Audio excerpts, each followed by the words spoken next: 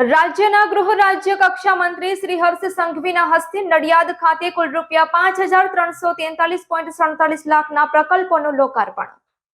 ખેડા જિલ્લામાં Nadiad SRP ground ખાતે ગૃહ રાજ્યમંત્રી હર્ષ સંઘવીના હસ્તે ₹4,580.7 લાખના ખર્ચે નડિયાદ રાજ્ય અનામત પોલીસ દળ જૂથ એસઆરપી 7ના 280 મકાનો અને ₹763.40 લાખ રૂપિયાના ખર્ચે નિર્માણ પામેલ ડિસ્પેન્સરી, એમટી વિભાગ, gymnasium, shopping centre, company office તેમજ બેન્ડ ઓફિસ સહિત કુલ ₹5,343.47 લાખ રૂપિયાના પ્રકલ્પોનું લોકાર્પણ કરવામાં આવ્યું હતું।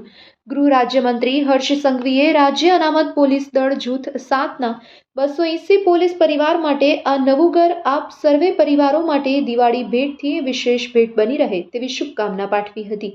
શહેરના મોંઘા મકાનો કરતાં પણ અત્યાધુનિક સુવિધાથી સજ્જ આ મકાનો છે।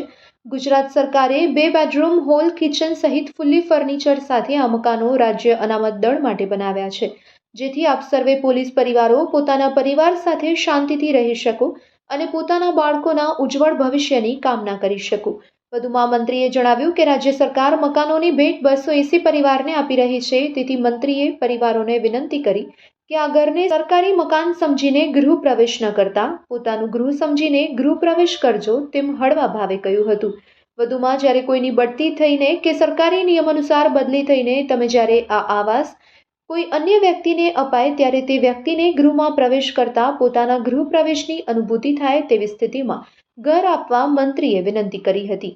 તેઓએ જણાવ્યું કે રાજ્ય અનામત પોલીસ દળના સેનાપતિ અતુલ કુમાર બંસલને વિનંતી કરી કે બહેનોની એક કમિટી બનાવવામાં આવે જેઓ પોતાના બ્લોકમાં સ્વચ્છતાની કમાન સંભાળે, જેથી આવનારા સમયમાં પણ આ આવાસો નવનિર્મિત સ્થિતિમાં રહી શકે। હર્ષ સંઘવીએ ખેડા પોલીસની કામગીરીને બિરદાવતા જણાવ્યું કે સ્વયં સિદ્ધા પ્રોજેક્ટથી આજે અનેક મહિલાઓ ગેરકાનૂની ધંધા છોડીને સમાજમાં આજે સન્માન સાથે જીવી રહી છે।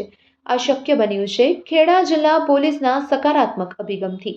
સાથોસાથ તારીખ 18મી ફેબ્રુઆરીના રોજ 137 નવા પોલીસ કર્મચારીઓ જિલ્લાને આપવામાં આવ્યા છે, જેથી જિલ્લામાં શાંતિ, સલામતી, સુરક્ષા જળવાઈ રહે। કાર્યક્રમના અંતે મંત્રીએ પોતાના હસ્તે પોલીસ જવાનોને તેમના ઘરની ચાવી આપી શુભેચ્છાઓ આપી તેમના કુશળ જીવનની કામના કરી હતી।